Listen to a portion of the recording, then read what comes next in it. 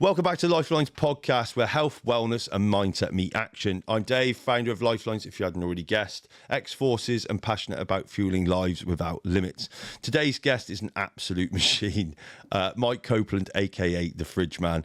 He's a former soldier, father of two, a bodybuilder, a man who literally climbed Kilimanjaro with a fridge on his back, and all to raise awareness and funds for mental health. His story really is raw, inspiring, and proves what the human spirit is capable of when resilience meets purpose. You don't want to miss this one. Let's dive straight into it. Mate, good to have you on. Yeah, cheers, mate. I finally get to meet the Fridge Man. Right? This is how he got introduced to me. So can't keep calling the Fridge Man. Mike, just do us a favour, mate. Tell everyone a bit about yourself, mate, so we know a bit more on the Fridge Man. So I'm Mike Copeland. Obviously, recently, last couple of years, made a name called the Fridge Man. I joined the army at 16. I was Hurrah to that, there's fucking loads of us here. I was a Grenadier Guard.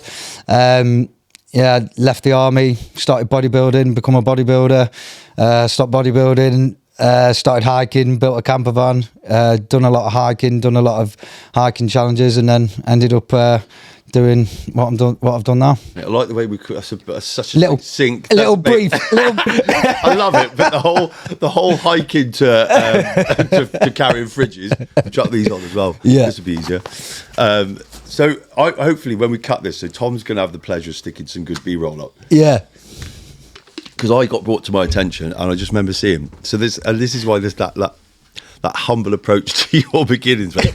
So first saw a picture of this crazy bastard running up or marching up a hill, which happened to be, it's not a hill either, it's a mountain, Kilimanjaro with a fridge.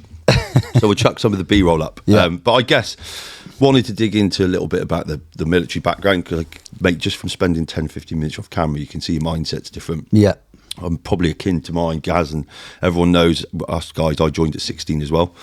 2512-1972. 25131048. Yes. Mate, I forget a 4-digit. Yeah, you'll never forget that. Never forget that. Yeah. Where did you start then? Where did you go to basic? So in basic training was at the Guards Depot in Purbright. Fine. Yeah. And then went and did my phase 2 at Catterick. Yeah. So 16, man. What were you like? I struggled. I was not fit. I could run, but couldn't lift anything. No, to be honest, mate. And when I was in school, I was never interested in sport or anything like that. And then I think when I was 15, I got picked on a little bit for being short and skinny. Still get picked on for being short, but not so skinny. Not so skinny. But yeah, I started doing weights in my bedroom when I was about 15. I'm now 40, and I've never stopped since. So I'd say for the past 20 years, I've trained 5 days a week religiously. Yeah. And even when I go on holiday, people are like, you on holiday? Train? Well, yeah, because that's what I enjoy. Yeah. Do you know what I mean? The anchor, right? We touched on mental health, like positive anchor. Massively. Especially when I got picked on for being small. Took a little bit of the route. Bodybuilding wasn't where I went up with motocross and difference. You can't be quite so big. Climbed, kayaking, a little bit more functional, I guess. But I suppose, so you left the army when? Left the army in 2008. So what's that, 8 years? Yeah. Yeah, and then how did you get into bodybuilding from there then? So when I left the army, all I wanted to do was leave the army because, like we were saying off camera, when you're in, this is shit. I don't fucking, you know what I mean? This is shit. You're being made to be somewhere all the time. You feel like you're in a open prison kind of thing. You don't realise how good it is for you, if you know what I mean. And then when I got out, I was like, shit. Put me back in. Do you know what I mean? And I kind of struggled with it for a little bit. And what I thought I wanted was, just the 9 to 5, sit at home with the family, the kids, mess my head up. You know what I mean? And that sounds bad because, two great lads, great missus, and, I was straight into the family life. I don't think it sounds bad at all. I think it sounds bad if you're probably a bit dull and a bit lacking. Yeah, I can't put my slippers on and pipe them. You know what I mean? That's the thing. It's the mundane routine, right? From what 100%. You've done and doing. So, I mean, just hearing how you speak about your family, just from the short time we met you coming off camera, mate. There's a lot. Like it was what you're saying about you getting smashed up by your 18-year-old last night in the gym. Well, he's teaching me how to kick again. I did a bit of battalion boxing when I was 18, 19 in the army, and did a bit of Thai boxing when I was was younger, but nothing mad. But my lad's actually like very disciplined. He's done MMA, Thai boxing, jiu-jitsu for a couple of years now, and he is shit up. He can. Where'd you get? He's bound to get that from you though, right? Well, he started training. Yeah, he started training me when he was 12. He grew up watching me compete. He come to shows with me, watching me compete. Winning shows and stuff on stage. So he, at an early age, like he's begging me to go to the gym with him, like from probably about 9. Finally, given about 12. Yeah, he started coming train with me when he was 12. He trained with me religiously 4 or 5 days a week. And then at 15, he became a British and world powerlifting champion. Fucking roll that one out. I know, yeah. So, I think... Mate, where do we find... So I guess he's got social media profiles and stuff? Yeah, Mike Copeland. You know what I mean? He's doing really well at the minute as well, not just in gym, but he's doing his A-levels. He's looking at getting, sick. Whatever the equivalent would be of A-stars now. He's looking to get full. So he's not just like, really good with... his routine, discipline, structure, but also academically, you know what I mean? Where'd you get that from his mum? No. Supposed to say yes. No, I tell you what, he gets his, I think he gets probably a little bit of his stubbornness from his mum. But no, yeah, he definitely gets his, I think he's just grew up with me being very structured and, every Sunday I'd prep my meals. Yeah. I'd cook like 30 meals up at once on a Sunday and, he see me go to the gym at the same time every day, get up at the same time every day, do cardio the same every day. Yeah. And it sounds boring and it is boring, but like that's discipline, isn't it? Doing stuff you don't want to do, but just keep doing it. Yeah, and consistency, right? Exactly, yeah. I did that. I ate 6 meals a day for 9-10 years. Yeah. I mean, I still eat 5 meals a day now. Mate, they say, don't they, hard work out train talent. Exactly. All the time, yeah. All day long.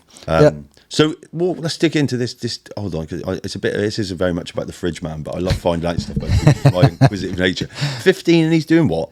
At 15, he wanted to do a powerlifting comp because he was getting quite strong. As you do. Yeah. So he was one of the youngest there. There was a few people in his category, but yeah, he was outlifting some blokes. You know what I mean? I think he's done like a 220 deadlift.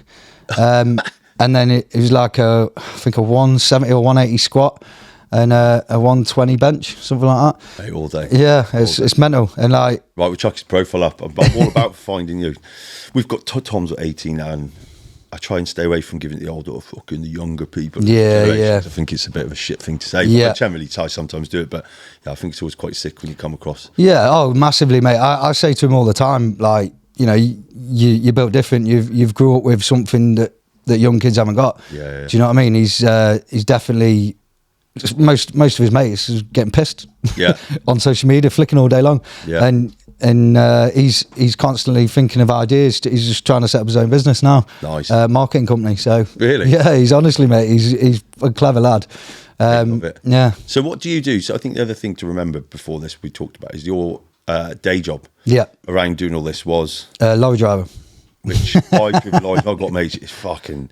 It's a lot harder than people feel. Yeah. I felt I was falling asleep. Yeah. It's long hours, man. Like, and most of it is like getting up at 2-3 in the morning and doing 12 to 15-hour days sometimes. When I first started competing in 2009, I was in a little crappy warehouse job when I first came out of the army, just because I wanted to be at home. Yep. And then when I started lorry driving in 2011, everyone was like, "Oh, you're gonna get fat. You're gonna get out of shape. You're not gonna have time to train." Blah blah blah blah. I was doing 12, 15-hour days. I was still going home prepping my meals. I was still going to the gym. I was still training. Won my first bodybuilding show when I started lorry driving. Yeah. So, I would say, mate, I've just done some stats. We do a lot of diabetes. 1 in 3 lorry drivers over 55 is 100%, mate. They 1 in eat 6. shit. Yeah, mate. So you're fucking massive at all. Yeah, I was taking 3-4 meals to work with me. If I didn't have a microwave, I'd eating chicken, rice, broccoli cold, mince cold, steak cold. Where do we get that from?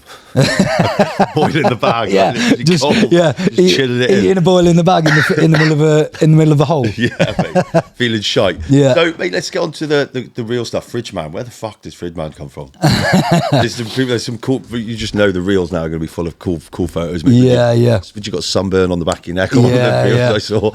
So it was a weird one, really. Like I said, when COVID hit, obviously I stopped bodybuilding because obviously the gym's closed, all the shows were stopped. So in that moment, like I said to you before, I got a bit of obsessive compulsive, a bit of ADHD kind of thing. I overthink a lot. So I needed something. So I started hiking. But while that, I thought, right, I'm going to build I didn't even think about the fridge at that point. In 2020, I built a motorhome. Right. You built a camper van, big motorhome. Yeah.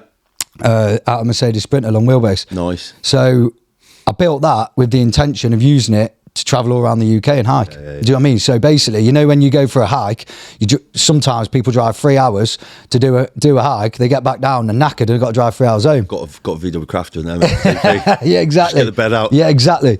So I literally just drive to Snowdon, drive to Ogwen Valley, wherever, park at the bottom of a mountain, have a spag bowl, couple of beers, watch film, go sleep, wake up early, go climb a mountain, and then come back down. I can get back in the van, chill. I ain't got to rush home, you know what I mean? Yeah. So I built that with that intention. So I'd done all the usual, all the big mountains that, all the social media mountains that everyone says, Ben Nevis, friggin' Snowdon, Scarfell, all them. I did all that. And this is not being big-headed at all, because obviously climbing a mountain isn't easy for anyone, but it just didn't challenge me, like climbing a mountain. Look at your background. Yeah, exactly, yeah. Like, we were in the army, we were born and bred to carry weight, you know what I mean, across rough terrain. So, basically, I was climbing these mountains and I was thinking, it's not challenging anymore. It's like work. Yeah.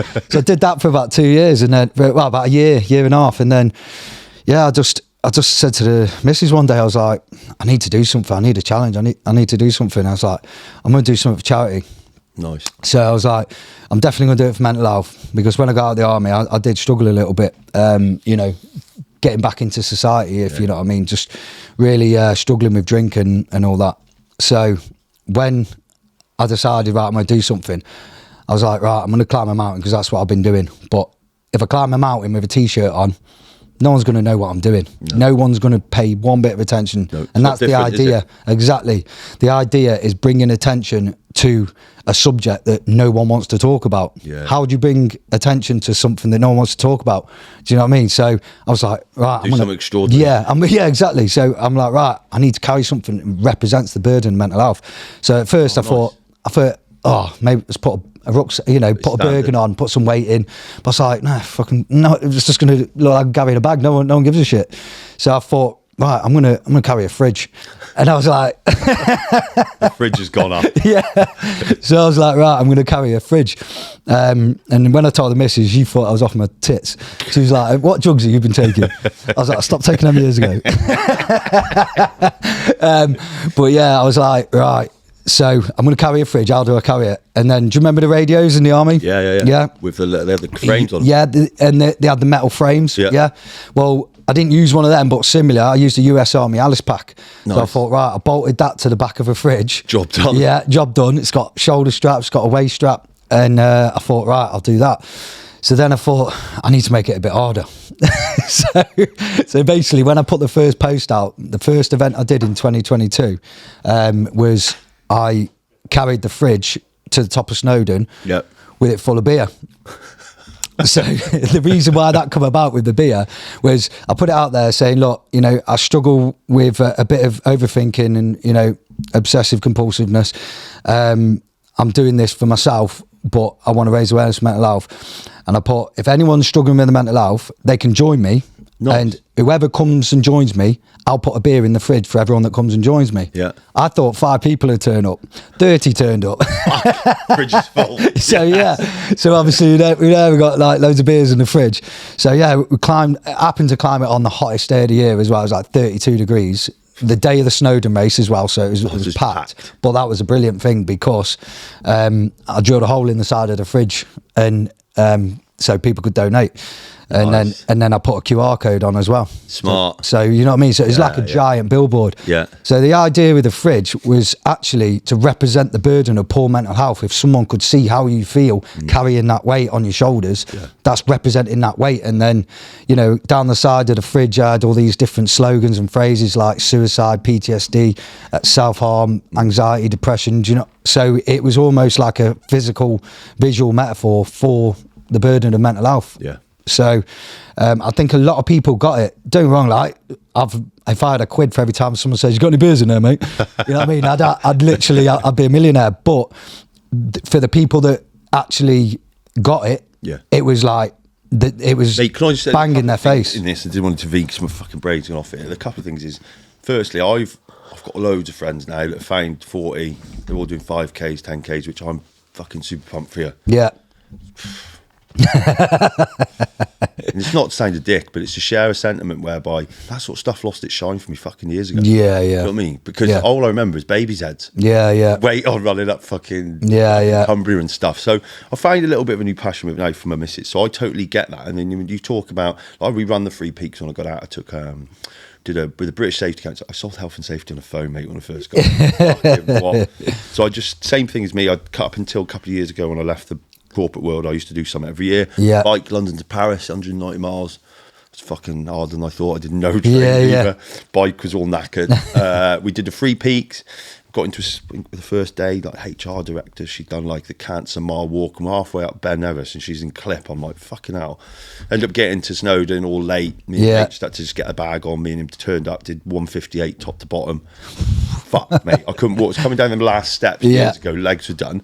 They all bailed it. So I completely get that sentiment of like, what's actually going to challenge it? Yeah. And what's different? It's like everyone's different, isn't there? You know what I mean? Like, it's like you said earlier, when you've been in the army and you've been part of this organisation, this brotherhood, and you've done these amazing adrenaline-filled things you don't know at the time. And you don't think about it at the time. No. You're just programmed to do what you're told, and you just do what you don't even think that you're doing something extraordinary when you're in the army.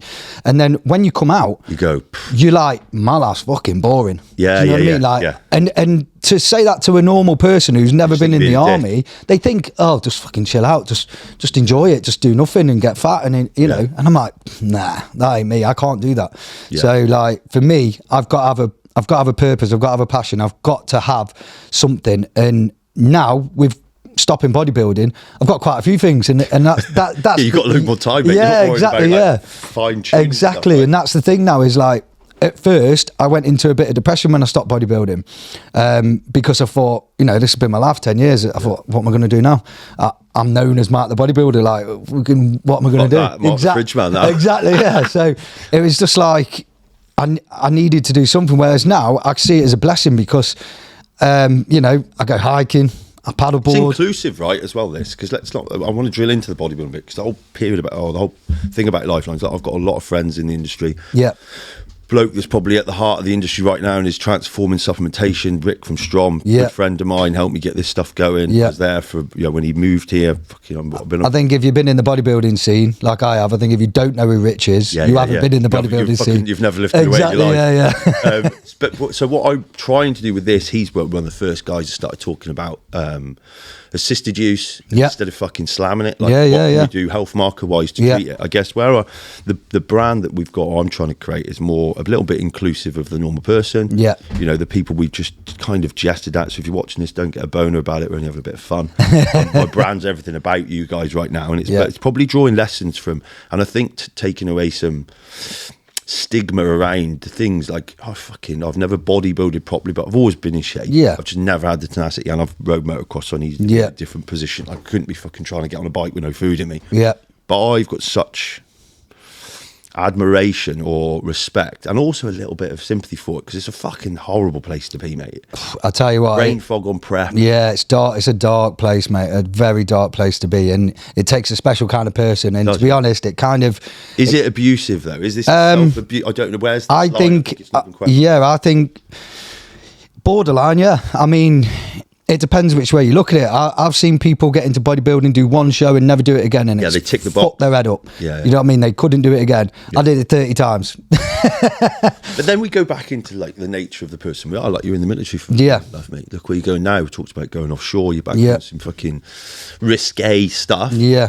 But I think the outtake of this, what is really quite enjoyable to sit here and talk to you, is the ability to reflect on stuff, acknowledge what was, still is, but just be used somewhere else. Embrace the new. You know what I mean? I think that's the thing. Some people get stuck in the old and can't come away from it. And I think I did that for quite a while. You know what I mean? Like I was like, stuck as Mike the bodybuilder for a while. When I started hiking, I couldn't enjoy any of the new stuff because I was still focusing on. Was it? And this is a great point. Enjoy come up there. Was it the idea? Is it the attachment to the identity, or was it the real enjoyment you got from the extended period of time of pain? But at the end, I mean, you know, the best things in life come from the elation comes from some of the shittest times in your life. Of course it does, yeah. Why that logo's got like ECG, the ups and the downs. Yeah. So was it towards the end of your body career where you're stuck in there through the notion of who you were and your identity? I think I was, yeah. Really? I think I stayed in it longer than I should have. Fine.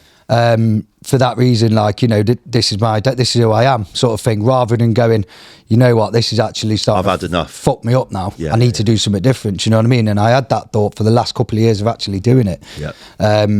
It's starting to fuck my head up a little bit. So I think that was what it was. It was like COVID come at a perfect time. Everyone said COVID was, you know, the worst thing. I thought it was fucking great. Do you know what I mean? Like it was an opportunity for me. That's the way I seen it. And like whether you believe COVID or not, you know, it's bullshit. Yeah, but massively. If you believe it, you know. But for you right know, now, so that was a positive place in massively, a weird place in the global time. But yeah. So what would be a couple of things that you've taken before we dig into all the shit that I'm really excited about? Is the cardio based stuff, the more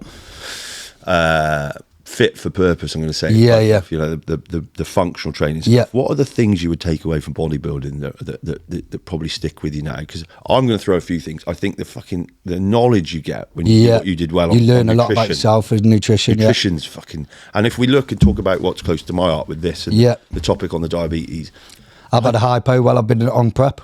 You was fucking horrible, right? I was on 50 grams of carbs for about 3 weeks. And your brain can't actually function. A 200-pound guy needs minimum of about 90 to 100 grams of carbs just for your brain to function normally. Yeah.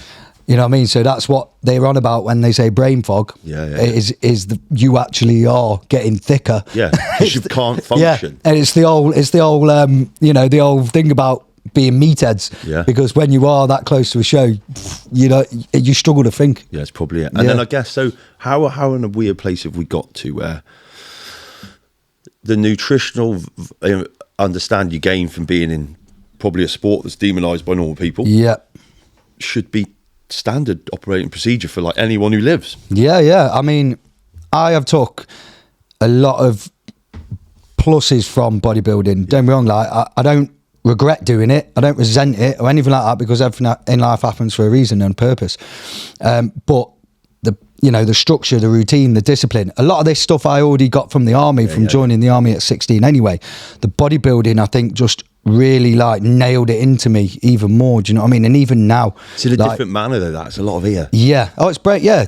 Like you can be as strong and look as strong as you want, but if your mind ain't strong, you ain't going to get to that place. Secret little cheat meals midnight and no one's there, and you have a little lick of chocolate or something. In the early stages of my bodybuilding career, I used to have a cheat day every week, and it was detrimental. And at the time, I knew it was, but I was telling myself, no, it's all right because I'm eating frigging really, really well for 6 days a week. Marginal gains, are right. Yeah, when you're in a place where that 1% is the difference between it makes a difference on stage. Yeah. But I think it's interesting. So for me, I think I'll always hammer on this: the nutritional understanding we need is not there. We're just about to do some work on the agency I've got with a lead funnel, and we've got a diabetes guide I'm just trying to create, which talks in. And if I think back what it all is, it's just through lack of knowledge about nutrition. Like, I still speak to my mum. Do you know what I mean? When she was like, remember deep frying chips and the chip fryer after an day. That's the way I grew up. That's what my mum, my mum grew up on it. Bread, fucking processed shit. Like fucking chicken nuggets. I look back, you're like, picky dinners on a Sunday. Like, it was just all shit food, but we knew no different. Right? Yeah. I literally get asked all the time, like friends have asked me, family have asked me, strangers have asked me to do diet plans and blah, blah, blah. And they don't want to actually hear what I've got to tell them. Yeah. When I actually tell them what they've got to eat, like, I can't do that. Can't do that, yeah. Why? Yeah. Oh, because it doesn't taste nice. I was like, what, real food? Yeah. You know what I mean? Like, I'm telling you to eat rice, I'm telling you to eat sweet potato, I'm telling you to eat steak, I'm telling you to eat chicken, I'm telling you to eat real food, fruit, yogurts. And the funny thing is, mate, when you whip out that 11, 14-day cycle of high glycemic index foods that are sweet tasting, you completely change. You change your taste buds, completely. Yeah. I've done a big stint with doing the carnivore diet. And honestly, like, I still have carbs though. I call it the time carb diet. So I have carbs around my workout. So I eat predominantly. So you train better? Yeah, Feel obviously, better. exactly. That's the point, isn't it? If I feel shit, what's the point? It's not. Makes it harder. Yeah, the lifestyle. You know, what's the point in looking good if you don't feel good? And for me, what I do, you know, hiking a lot. Still train weights 4 or 5 days a week. Yeah. I hike most weekends. Yeah. So this is a good thing we can get on to. We'll leave that alone. You are a fucking big lad for like your size. Yeah. So technically, you can't be big and do cardio. Like, Yeah. we've been around people in the army that fucking shot the shit out of that. Yeah. Like, shut up.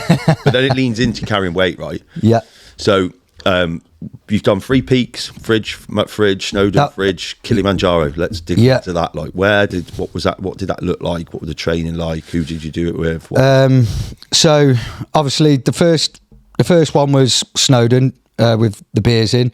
I was training around Cannock Chase, obviously near where we live, with the Fridge, putting extra weight in the Fridge to train for it. Do you know what I mean? So I get used to carrying weight. I was still doing my weights 4 days a week, and I was running once a week. And then fast forward to the next year, and I did the National 3 Peaks in under 24 hours with the Fridge, with my hiking kit inside the Fridge. I didn't even really train for it. If I'm honest, I just did what I normally do. I just I climb mountains every weekend when I go hiking, because that's what I enjoy, and I train weights 4 or 5 days a week, and that's all I did. And then when I did Kili, when I was training for Kili, I basically was running twice a week, weights 4 times a week, climbing a mountain once a week. Yeah. So, you know, I was doing a lot. I was fit as anything when I went to Kili. And I think that's why I never struggled with the altitude, which is weird, because I've heard people say, marathon runners go up Kili and struggle. I got caught once swimming in the Dolomites and altitude sickness and fucking out. It was only once, which is weird, and it fucking ruined me. Yeah. Like, really bad. Stop. Before we go any further, I'm only joking. A huge shout out to today's sponsor, Canamo. If you're serious about gut health, mental health, and total body balance, Canamo has you covered. From probiotics, their cutting-edge formulas are designed to keep your body and mind performing at their best. Check them out at canamo.co.uk, and trust me, your gut and your brain will definitely thank you. There was a couple that come up. They weren't in my group. I was on my own with 7 porters. It was just me and 7 porters on Kili. But there was another group that I kept overtaking every day. Yeah. Literally, like, because I could go as fast or as slow as I want. They said, we'll go to your pace. If you're carrying more weight than we are, which is quite funny, because the porters normally carry all your kit for you. So the porters are only allowed to carry 20 kilo. They get weighed at the camps. Right. So my fridge empty was 19 kilo with the harness on. And then I had my hiking kit inside with couple of litres, 3 litres of water, food, wet kit and all that. So my fridge was about 25 kilo to 30 kilo, depending on what I needed for the day. Guys, if you're watching this and after some substance or some, because I always do this, it's most of the time, go and get that big fuck off biggest plate in the gym. That's 20. And go get a little 5, about a 10 and put them together. Yeah. And then, so basically I was carrying that. So we got to the last camp before the summit at 4,800 metres, and this couple that we'd kept overtaking in this other group every day, because I just wanted to get to the next camp. I was like, listen, I've got weight on my back, let's just get there. Yeah. We'll get there, I can chill out, we can sit down, I can eat, you know what I mean? We'll get ready for next day, rest, exactly. So that's what I did every day. I just smashed it out, and pretty much every day for 7 days I was at camp for midday.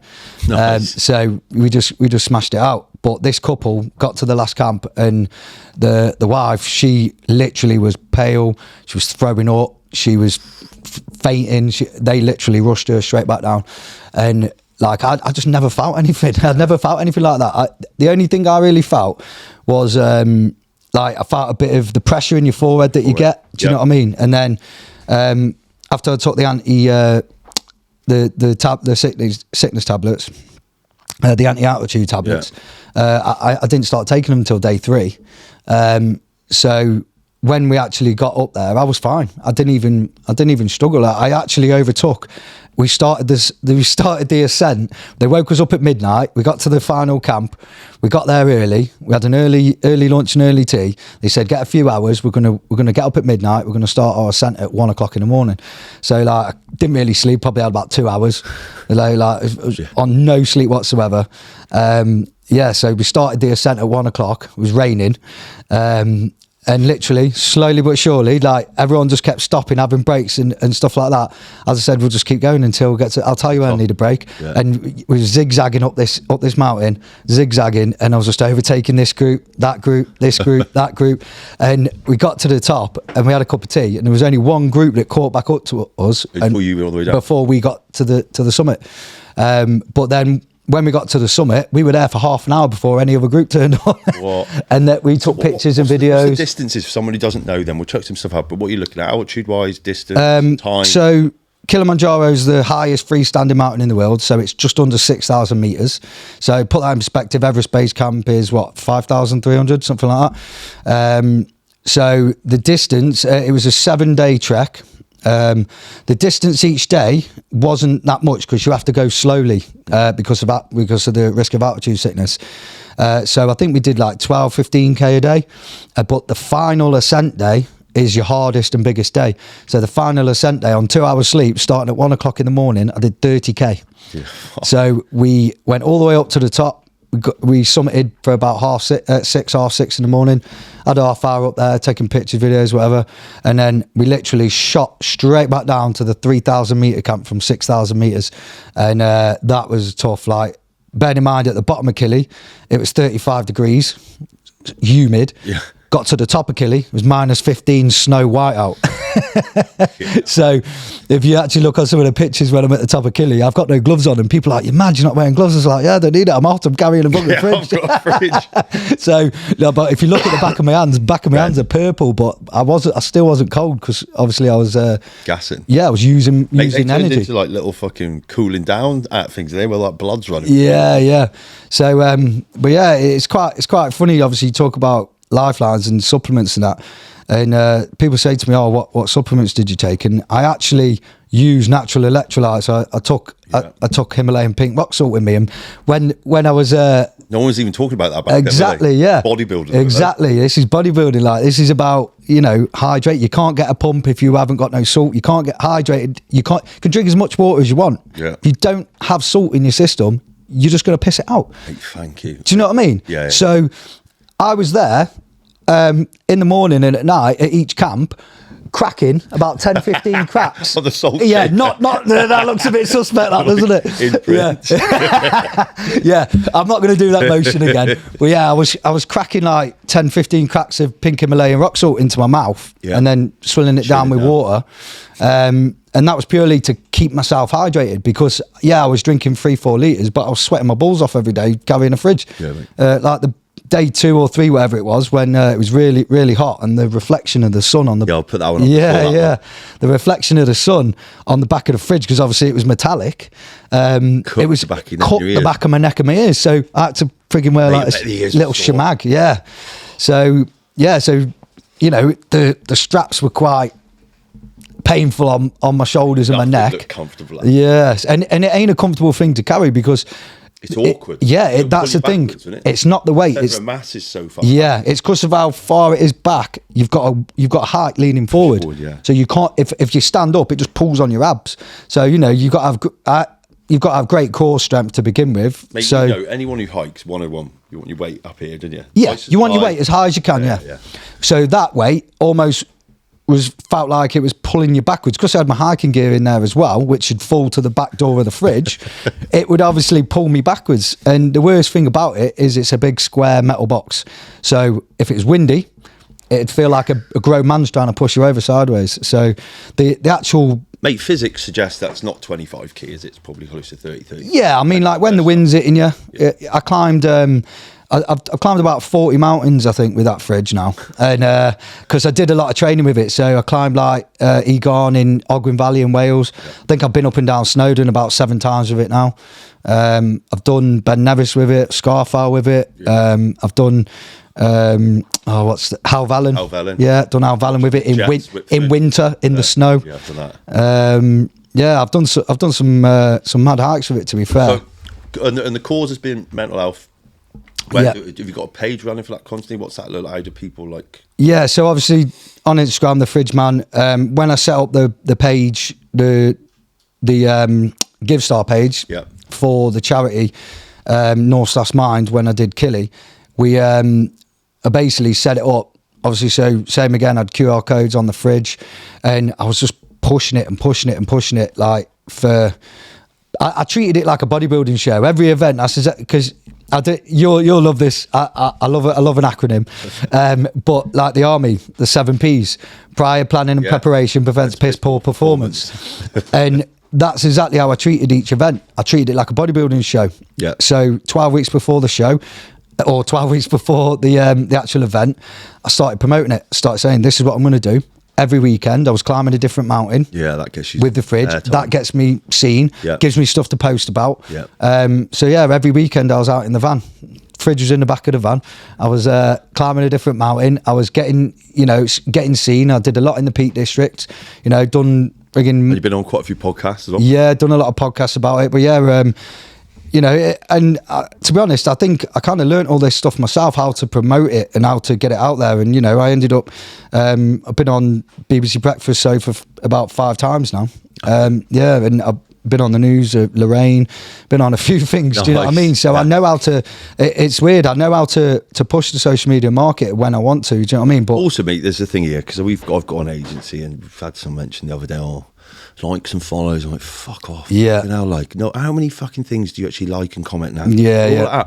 Exactly. Scrolling to death. Yeah. It's eyeballs. So the single thing you can't take away is when you're doing something that's unique or interesting, which you've just done, mate. And you're gonna when you start doing stuff that's special, extraordinary, different, or resonates with people, that's the real crux of it. But like you say, what were you doing that for? You're fucking 12 weeks. You've been doing it for the last 3 or 4 years. Yeah. These things are not, and life's busy. You've got kids. Of course it is, yeah. You've got the missus. Yeah. So, mate, absolutely.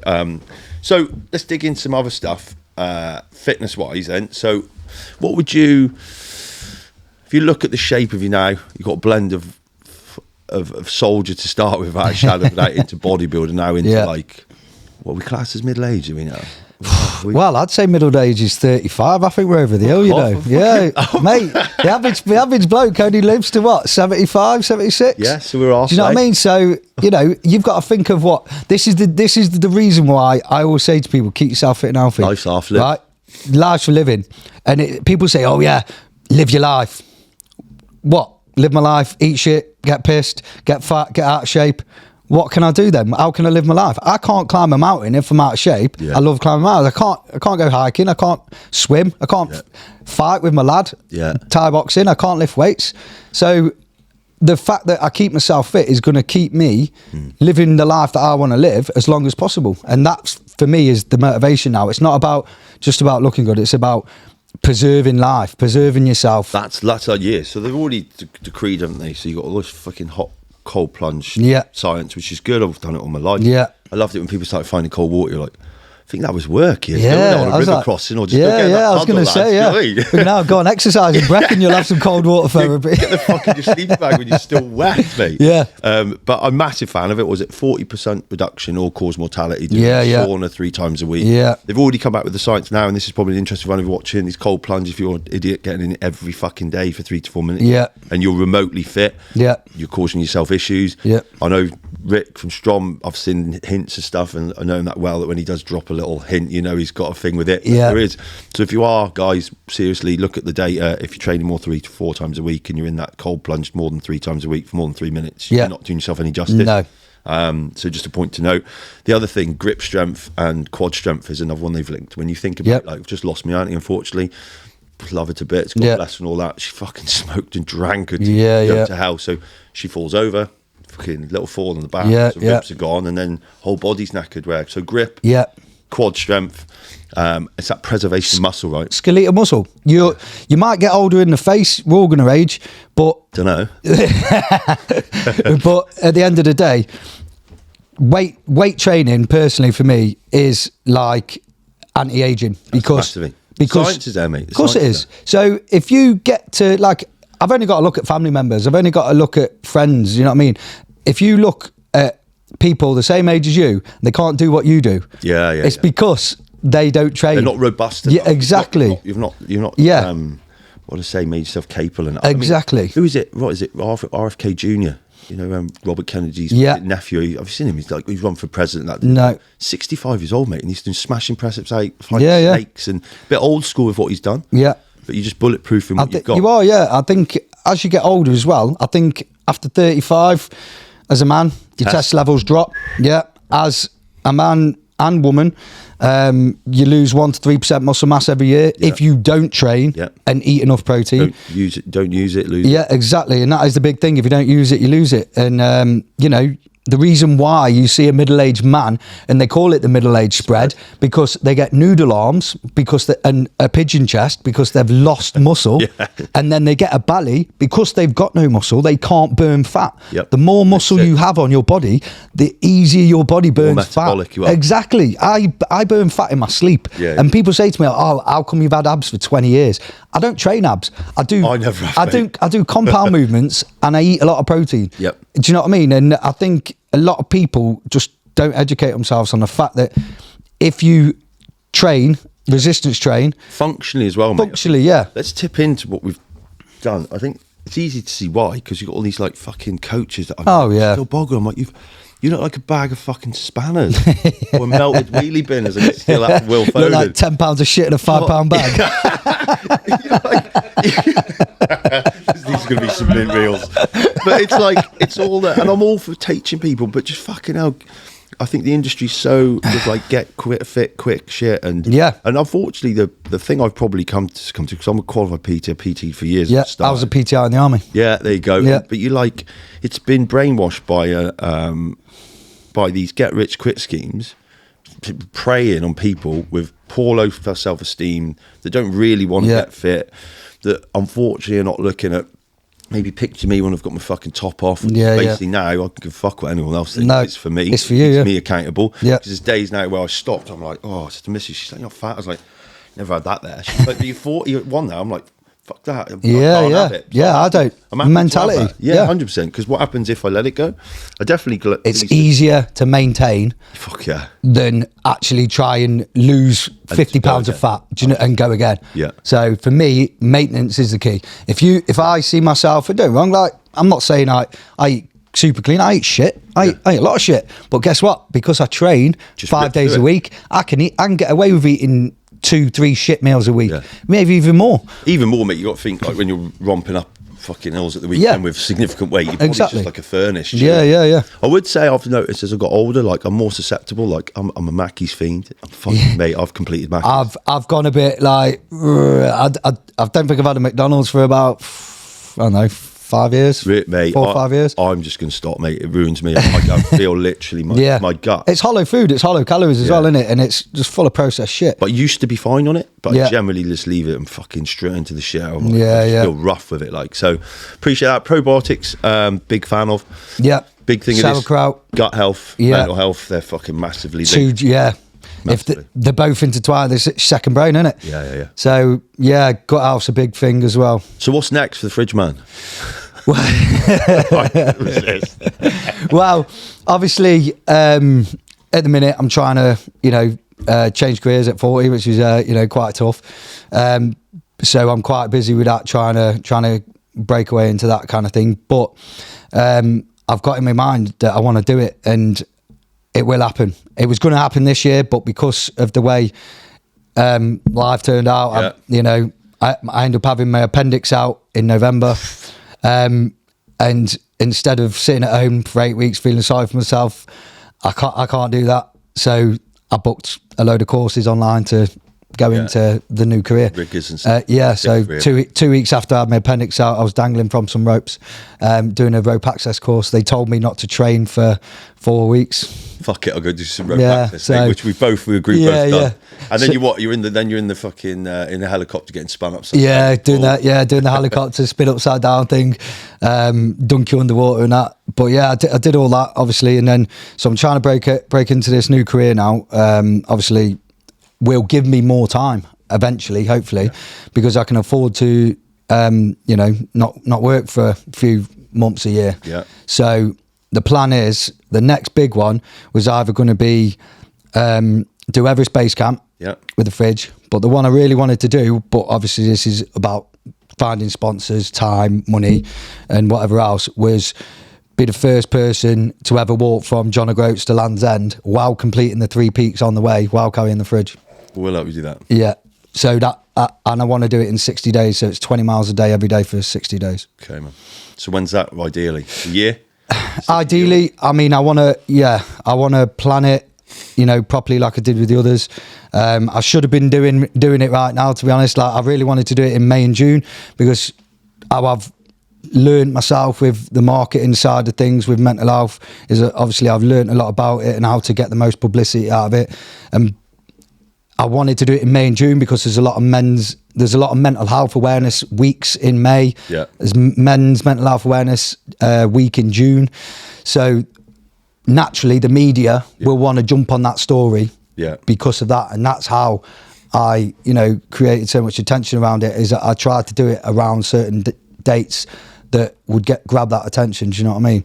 So yeah, well, mate. Listen, I'll tell you now. We've got a year to work at this. You've now got an introduction to the brand. We've got here. There's a big team. Yeah, we've got gummies range coming. We've got a new lactic acid buffer product. We've got a load of other bits and pieces, mate. So, off camera, I'll show you the Lyfelinez wagon. It's our camper, and that we can certainly look to help you. And then my connections, mate, with the sales and marketing agency, we could easily build and help put a light on that. So, yeah, that'd be mint. I mean, I raised 35 grand in 2 years, pretty much, you know, doing everything myself. A little bit of help with getting some corporate sponsors from North Mind. Yeah.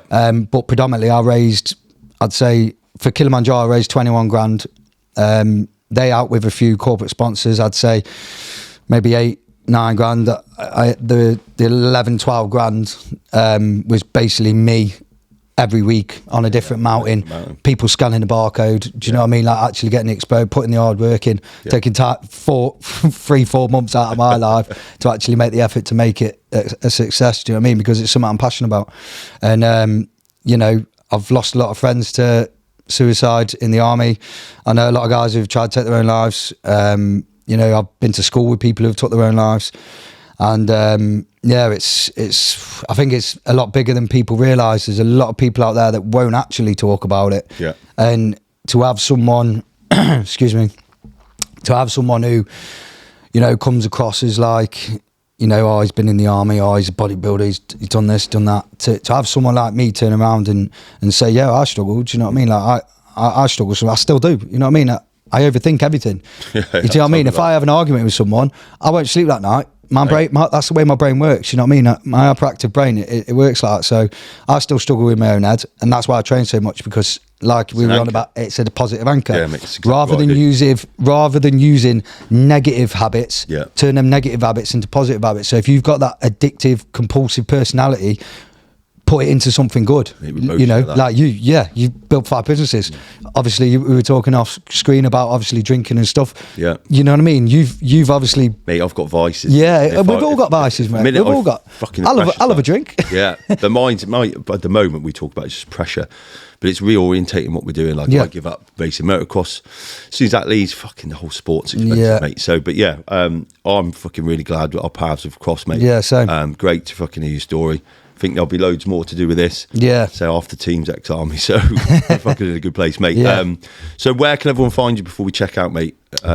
So on Instagram, fine. The Fridge Man, _ Fridge Man, yeah, and Facebook, just Michael Copeland.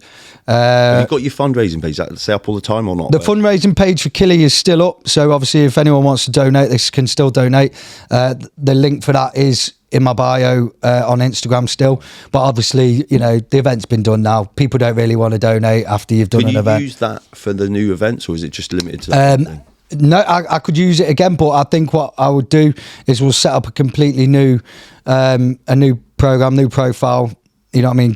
Yeah, fine. Do you know what I mean? Just so we'll leave that completely new event. Yeah, we'll share that when you need to go and that, mate. Yeah. Fine. But mate, great to hear your story. Appreciate it, mate. Thanks for having me on. The Fridge Man. Wow, what an incredible journey Mike has taken us on today. From carrying literally the weight of the world on his back and a fridge to showing us how mindset, resilience and heart can change lives. Mike truly embodies the spirit of everything Lyfelinez. If today's episode moved you, inspired you, or made you just think a little differently about mental health and physical endurance, just share it with someone who needs to hear it. I'm sure there'll be plenty of people in your immediate circle that will. A massive thanks again to our sponsor Canamo for supporting today's show. As always here at Lyfelinez, we believe life is about more than just surviving. It's about thriving, growing and living without limits. Until next time, stay strong, stay well, keep pushing your limits.